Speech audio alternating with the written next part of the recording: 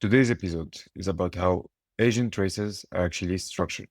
We're going to talk about spans, tool calls, the GenAI conventions, and how an agent trace is actually a tree. In the previous episodes, we said you need to govern the trace and not the code, but we never opened the trace.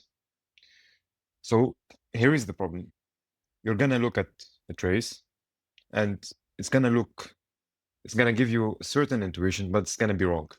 So your instinct is going to be, okay, I have the lines, the spans of my agent traces, and you're going to think, okay, this is just my logs. But that's not true. An agent trace is actually not a flat log, it's a tree.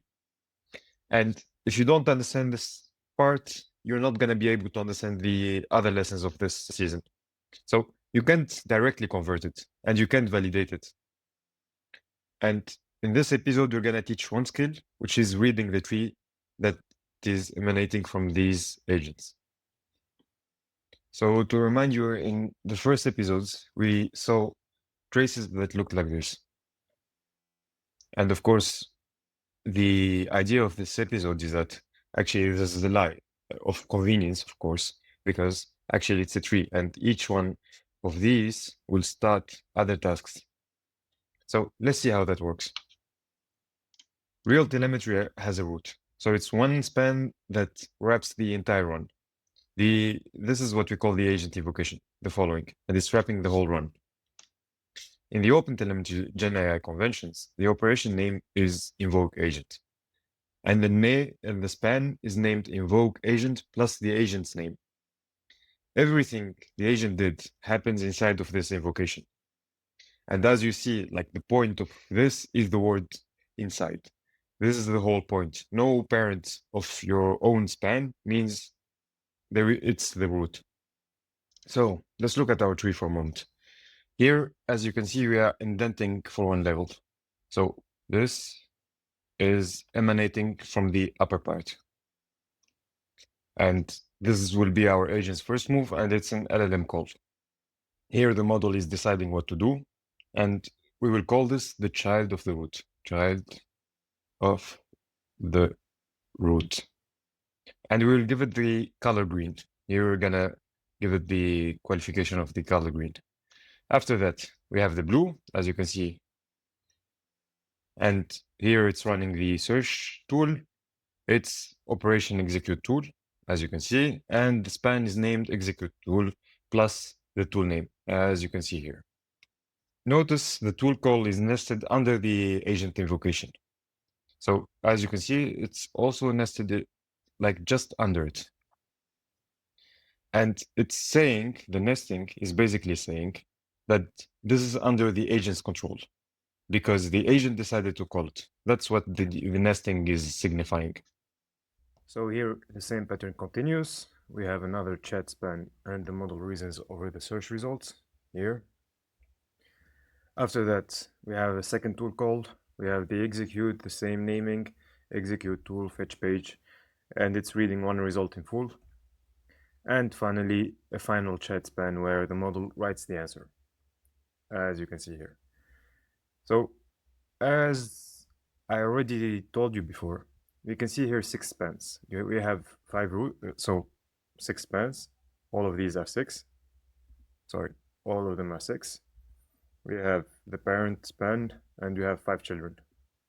And this is the entire run. And as I told you from the beginning, it's a tree, because even these calls can actually have other branches, and it goes down from each one of them. One thing to also know here is that each child here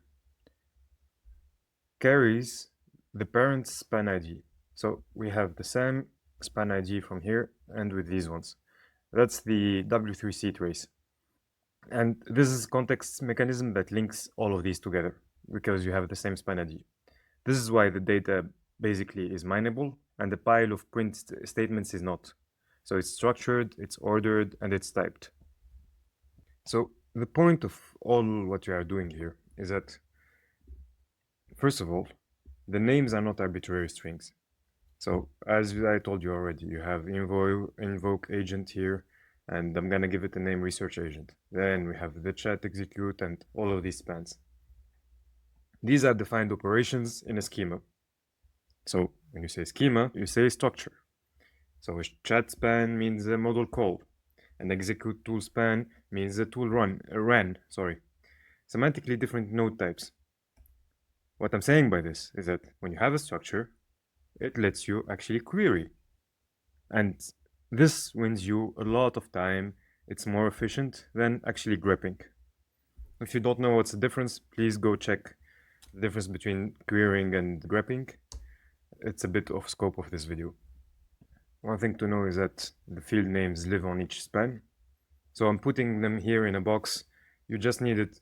So here, I'm putting them in a box. You just need to don't really need to memorize it for now. The point of all of this is that these are schema defined and they are typed fields, not free-form text. The names themselves are just lookup, and the hotel GenAI spec, so how we are defining these, is still in development. So the spelling is still moving. So just learn the tree, understand the general idea of how these spans are structured. You don't really need to memorize it because either way an AI will know how to pull them. So one thing you will find out there is a second convention is called Open Interface. It's from Arise, and it's the same idea. It's a typed span tree. You have different names. Instead of an operation field, it tags every span with a kind. For example, these are your different kinds: LLM, embedding, chain. And what's currently happening is that the previous convention and this convention are converging. So you don't really need to learn any one of these two conventions. All you need to have is the point of the tree mental image in your head. Now I'm gonna give you a foreshadowing for the next episode. So until now I have shown you a tree, but process mining actually wants a flat event log. So it's case ID, activity, timestamps. So later on, we need to flatten this tree into rows. That's what's gonna happen in the next episode. The problem is that flattening is lossy and deliberate. What do I mean by that? When you flatten, you need to choose what counts as an activity and what doesn't, and that is the part that's lossy. That choice we will talk about in episode 8. Today we are at episode 5. So for now, all you need to do, as I said early on, you just need the tree in your head.